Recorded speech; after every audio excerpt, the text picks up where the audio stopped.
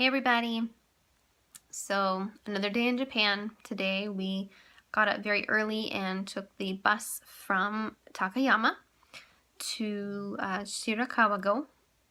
Go is just kind of a suffix that means little group of people with houses that's really too small to even be counted as a village. And Shirakawa-go has a population of about 1,600-ish, so it is very, very small.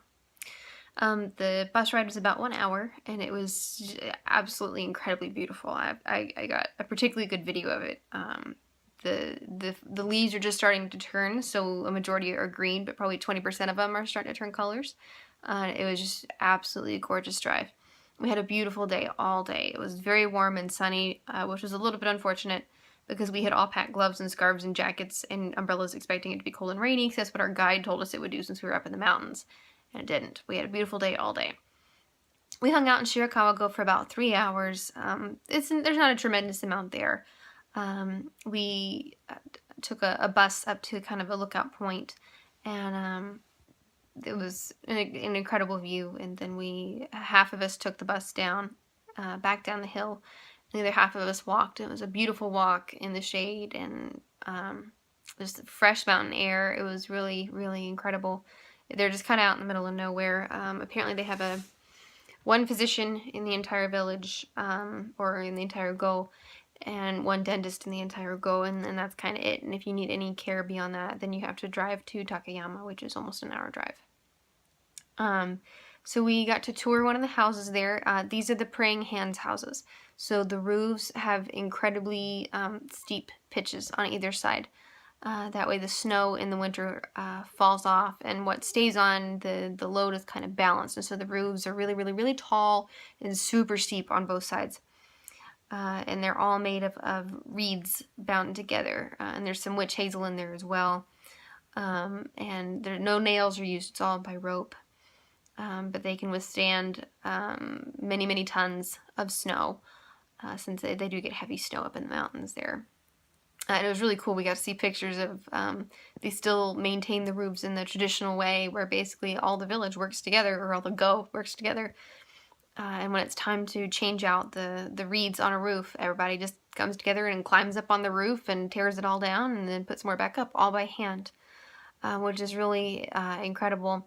And one side of the roof will last for 10 years. They try to alternate them, so one side of the roof they'll replace, and then 5 years later they'll do the other side, and 5 years later they'll do that first side again. And so it was really cool to see that. Some of the pictures and a couple of the roofs were in the process of being replaced right now. It's a few-day process. We got to go in one. A couple of people, and all the homes are still owned, so like, people still live in them. It's not just like a little tourist village. Sure, tourists walk around in there, but it's all private property.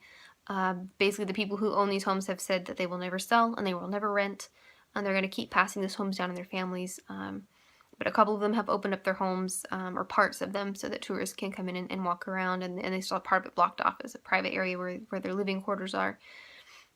And so we got to go in the Nagase home, which has been passed down through the Nagase family originally. Several hundred years ago, or a few hundred years ago, was the physician in the community. So it's a particularly nice house because a long, long time ago, it was actually 3 hours to Takayama, which is the nearest larger town, before they had built a decent road. And so people who were traveling, if they became sick or injured, and they stopped off in Shirakawa-go, then that one physician was kind of all they had. And so a lot of people were very grateful for him living there and for his care. And so he got a lot of donations and was kind of well-to-do. And he had a beautiful Buddhist shrine in his house. And so we get to walk around in there again, sock feet only, all on the tatami mats. And then the houses have, they said 2 floors. It's 2 floors and a loft, so it's kind of 3 floors. And so you can climb up into climb the very steep ladders up into the upper floors, where it used to be that they would keep silkworms up there, and they would farm silk, and they could make a lot of money off of the silk from the silkworms. Now the one that we saw was kind of a museum. They had a lot of like old farming equipment and looms and stuff that they used to make the reeds and rope and all that kind of stuff, which was cool. Let's see, then we had lunch. I am so over fish. There's just no words. Even if you get like food here that doesn't have any visible fish. Most everything comes with soup, and it's made of the fish broth, and sometimes it tastes very fishy, like very, very fishy. Like not just like miso soup, mild fish broth, like really, really fishy. And so today it was like fish soup and then fish, and yeah. So I unloaded a whole bunch of spicy, like chili powder into my soup so that I couldn't taste the fish anymore, and then just chugged it. That way I still got the calories, but I didn't have to taste the fish. I'm so over fish. I don't need fish for another like year. They love their fish here, and I've never been a big fish eater. It was really quite funny. I guess Samurai Tours is pretty antsy about people with diet restrictions. Angela, one of the other women on the tour, had put on her papers that she is lactose intolerant, and they had given us all a little wafer, like not even like that long, with like the tiniest little layer of like chocolate paste in it. And the tour guide realized that Angela had it in front of her and came and took it from her, and Angela, who is a physician, kept insisting, oh no, I can eat this, it's fine, it really is fine, like it's not that bad, and the tour guide refused to let her have it back. So Angela was kind of gypped of her dessert. They were just being super, super careful. The place that we ate, the scenery was pretty cool. I've got a couple pictures that you'll see below in the blog post. And from there, we just had some free time for about an hour to walk around the village Shirakawa-go. There's a hilarious moment. Most of these little houses have their own garden and little farm plots where they grow their own vegetables. They don't sell them or anything. It's all self-sustaining. They eat what they grow. And we were taking pictures of a particular trio of houses that were very beautiful, and one had a large garden plot in front of it. I'm not really sure what they were growing, but it was clearly the stuff hadn't really been harvested just yet. And two people just go like stomping across these people's garden plot, and our guide is just so aghast and just, oh no, that's so bad. Oh, they must be Chinese. And we all just got such a big kick out of her. That was the first time we kind of heard a moment of racism or stereotype used. We all got a little bit tickled. So we walked around Shirakawa-go a little bit more and got to see kind of the rest of the houses in there. They had a shrine as well, and just enjoyed the absolutely gorgeous scenery before boarding the bus again for about an hour and a half to here, which is Kanazawa, which is a much bigger town than I thought it was going to be. It's kind of nice to be back around like modern society. So I don't plan on really showing my hotel. It's really nothing special. Kind of exactly the same as the last one, maybe a little bit nicer. And so we checked in around, I don't know, 3 or 3:30, and then had some free time.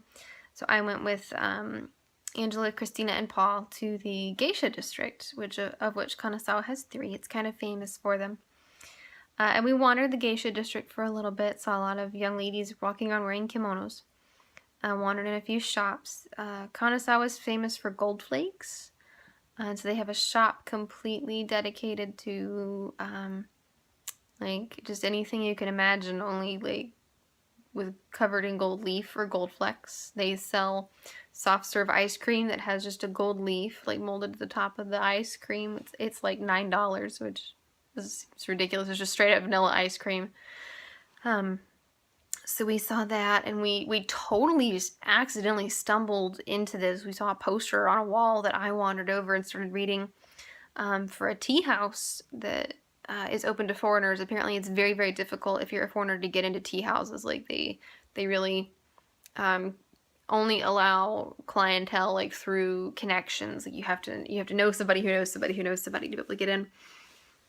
But there's one particular tea house in Kanazawa that still allows that does allow foreigners, and so that was absolutely fantastic. We bought our tickets, and it was an hour show, but it felt like much longer. It was they played songs, and you'll see some videos below, and if I can remember the name of the tea house, I'll put the name of it in the blog post, but I'm kind of bad at names right now.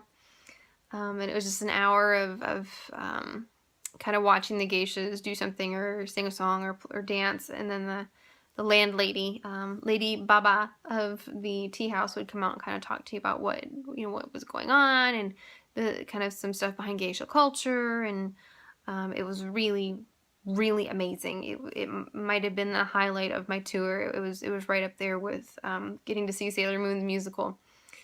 So it was really, really fantastic. And I learned a Japanese drinking game from the geisha. So I'm delighted to come back to the States and share Japanese drinking. There's a video below, actually, you'll be able to watch the Japanese drinking game. So after that, we went and had some dinner. We took a taxi cab back to our hotel. There's not really a great public transportation system in this town. There's like a tourist bus loop that runs, but it closes at 6 p.m., so that's just no good. So we made our way back to our hotel and then went across the street. There's an enormous mall across the street. It reminds me of Macy's in San Francisco. It's just like 6 levels, and you can just take the escalators all the way up. And I was just so pooped out on Japanese food at this point. I've had so many noodles and fish and soup. I'm kind of over it a little bit. So we actually ate in an Italian restaurant, which was a nice change of pace. Japanese don't do Italian very well, but still, it was better than fish and soup. So yeah, I did some laundry tonight. I was in desperate need of some laundry. And I'm settling in and hoping to get kind of an early night. I've really not gotten as much sleep as I should have the past couple nights, and it's starting to wear me down a little bit. So I'm hoping tonight I can get a little bit of extra sleep after I get this blog post up. Yeah, and tomorrow we spend our time wandering around Kanazawa here. Apparently it's famous for a garden that it has here, so we get to go see that garden tomorrow. And I think that we're going to go see like a folk art museum, maybe, as well. So yeah, we'll be in Kanazawa all day tomorrow. We'll stay in the same hotel tonight. And then the next day, so the day after tomorrow, I believe we leave for Hiroshima, possibly. So it's a lot of running around, and it's starting to wear on me a little bit, I think. I'm glad that this tour is not longer than 13 days. That's plenty, especially with as much as we're packing in. You get exhausted after a while, but it's still been a lot of fun. We're seeing a lot of new stuff. We have a new tour guide now named Mori, so I'm hoping that everything goes well with her. So yeah, I guess that's about it. We've had a delightful day full of laughs. I've kind of got a group that we all mesh well together and we can walk around together. We make endless fun of the first tour guide that we had that's kind of kept us laughing. So yeah, it's been a good time. And I'll try to keep up with blog posts and the pictures and the videos. Thanks everybody for following. Each comment that I get and each time I see somebody like a Facebook status post, it makes me feel a little bit less homesick and like I've brought everybody with me. So it's really nice. So I hope everybody's having a good time in the States, and I will talk to you again tomorrow.